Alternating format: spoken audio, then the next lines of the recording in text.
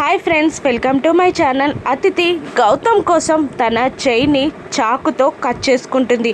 యామిని తెల్లవారగానే అతిథిని చూసి షాక్ అయి కంగారుగా బలవంతంగా అతిథిని హాస్పిటల్లో జాయిన్ చేస్తుంది. కానీ అతిథి యామిని మాటలు వినకుండా తన గొంతు దగ్గర ఆ కత్తి పెట్టుకొని బెదిరిస్తూ, గౌతమ్ వస్తేనే నేను ట్రీట్మెంట్ చేయించుకుంటాను, లేదంటే నేను ట్రీట్మెంట్ చేయించుకోను అని అతిథి బెదిరిస్తూ ఉంటుంది యామినిని. మరోవైపు సత్యనారాయణ స్వామి వ్రతం కోసం అన్ని ఏర్పాట్లు జరిగి సంకల్పం కూడా ముగుస్తుంది. ఇంతలో బామ్మ అయిన భానుమతికి ఆ విషయం తెలిసి అతిథిని ఎలాగైనా కాపాడుకోవాలి అని గౌతమ్ ఫ్యామిలీ ముందుకు వచ్చి అతిథి చెయ్యి కట్ చేసుకుందంట. నువ్వు వస్తేనే కానీ ట్రీట్మెంట్ చేయించుకోను అంటుందంట.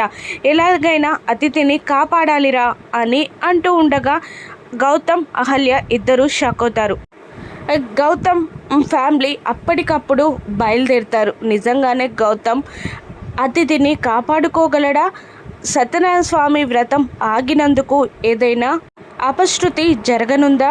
అహల్య గౌతమ్ల బంధం బీటలు వారనుందా? అతిథికి నిజం తెలుస్తుందా? రానున్న ఎపిసోడ్స్లో చూద్దాం. Thank you for watching.